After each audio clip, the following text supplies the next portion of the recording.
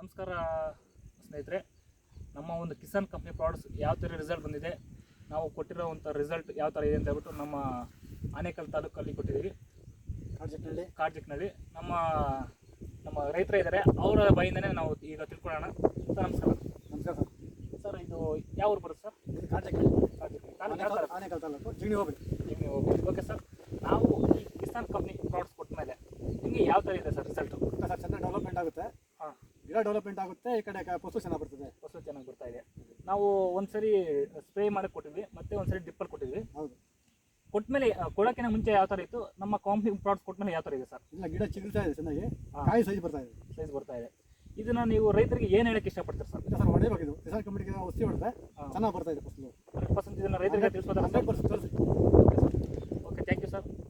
ನೋಡಿ ಸ್ನೇಹಿತರೆ, ಯಾವ ಥರ ರಿಸಲ್ಟ್ಸ್ ಇದೆ ನಮ್ಮ ಕಿಸಾನ್ ಕಂಪ್ನಿ ಪ್ರಾಡಕ್ಟ್ಸ್ನ. ಪ್ರತಿಯೊಬ್ಬ ರೈತರು ಕೂಡ ಇದನ್ನು ಯೂಸ್ ಮಾಡ್ಕೊಳ್ಳಿ. ಒಳ್ಳೆ ಡೆವಲಪ್ಮೆಂಟ್ಗೆ ಮತ್ತು ಒಳ್ಳೆ ಇಳುವರಿ ಬರುತ್ತೆ. ಪ್ಲಸ್ ಇನ್ನೂ ಏನಂದರೆ ಕಡಿಮೆ ಖರ್ಚಿನಲ್ಲಿ ಅತಿ ಹೆಚ್ಚಿನದಾಗಿ ಬೆಳೆ ಬರಬೇಕಂದ್ರೆ ನಮ್ಮ ಕಿಸಾನ್ ಕಂಪ್ನಿ ಪ್ರಾಡಕ್ಟ್ಸ್ನ ಯೂಸ್ ಮಾಡಿ ಅಂತ ಹೇಳ್ತಿದ್ದೀನಿ. Thank you. Infinity of wealth and health. Have a nice day.